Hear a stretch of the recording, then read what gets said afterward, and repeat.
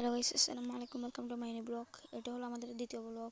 সবাই Simon and Ifas ব্লগসকে স্বাগত করবেন। আজকে যেহেতু কুরবানির ঈদ, তাই সারাদিন কী করে তা দেখবেন। এখন সকালে উঠে গোসল করে পায়জামা পরে আমরা এখন মসজিদে যাচ্ছি। ফাইনালি মসজিদে চলে আসলাম। এখন পায়জামা খুলে এখন দেখি আমাদের গরু দেখার জন্য যাচ্ছি।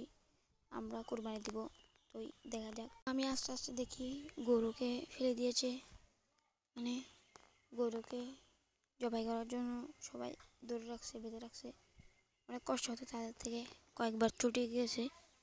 এখন ওদের অনেক কষ্ট হচ্ছে, এটাও দেখে খারাপ লাগতেছে। গরুটির অনেক কষ্ট হচ্ছে। গরুটি আমাদের ঘরের আশেপাশে থেকে কিনেছে।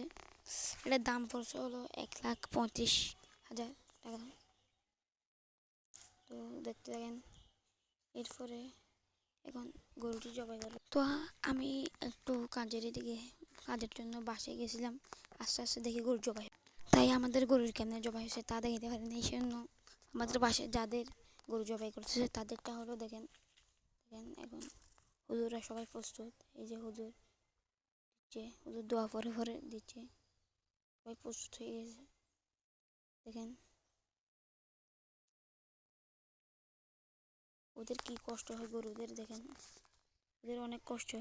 তো গাইস, ইনি হলো আমাদের হুজুর, যিনি আমাদের গরু জবাই করতেছেন। দেখেন হুজুর আপনাদের সবাইকে সালাম দিয়েছে, সবাই সালাম দিবেন। কয়েকটা গরু জবাই করে দেখে এখন আমরা চলে আসছি। আমার সাথে একজন আছে, দেখেন ও আপনাদেরকে হাই বলতেছে।